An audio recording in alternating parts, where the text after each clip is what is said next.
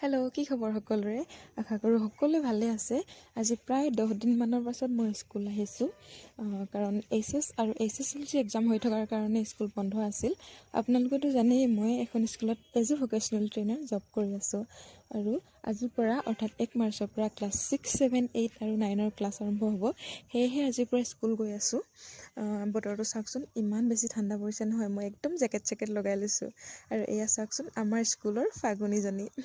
আৰু মই ওচৰতে বহি এই ভিউটো ধুনীয়াকৈ এনজয় কৰি আছোঁ। মাজে মাজে ক্লাছো কৰিছোঁ দেই।